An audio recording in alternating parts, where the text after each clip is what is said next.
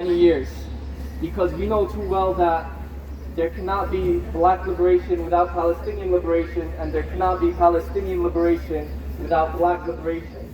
Both of our struggles go hand in hand. We have the same struggle as December 12th. Free, free Palestine! Free, free Palestine! Free, free Palestine! Free, free Palestine! Thank you for allowing us to speak. It is an honor. And really everything I was going to say, Comrade here already said, in terms of the connection between the struggle of black people for self-determination and liberation and the struggle of the Palestinian people for self-determination and liberation. Sometimes our communities are not always clear about that connection, but those who oppose it are very clear.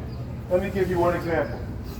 This is the 20th anniversary, the 21st anniversary of a significant UN World Conference. There was a World Conference on Racism and Racial Discrimination in 2001. And it was historic because for the first time, an international body, the United Nations, recognized that the transatlantic slave trade and slavery were crimes against humanity, and that reparations were due to the descendants of those victims. The United States did not have the backbone to say that it would not participate if we dealt with reparations, although it had said it at one point. But what they did was they skipped and said the reason that they did not back the conference was because it was anti-Semitic. It was anti-Semitic because Palestinians stood for their right to self-determination. And so that was the excuse that the United States and Israel used to walk out of that conference and not to be part of that historic declaration.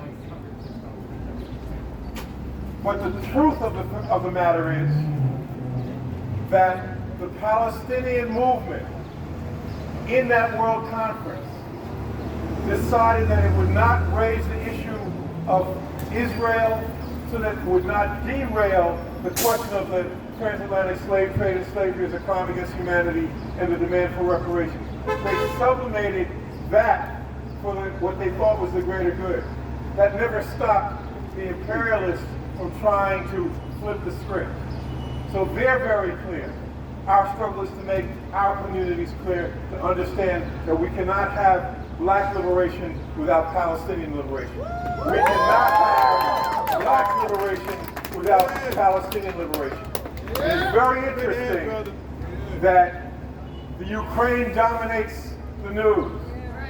The United States and Great Britain say war crimes are being committed by Putin. Of course, they never talk about the war crimes that they commit. But if war crimes are being committed by Putin, what is Israel doing now in Jerusalem? War crimes are being committed across the Palestinian venue. If it's going to be good for one, then it's got to be good for the other. The true committers of war crimes are those sitting in Israel and in Washington, D.C. We've got to be clear with that. Free, free Palestine! Free, free Palestine! Free, free Palestine! Free, free Palestine! Thank you.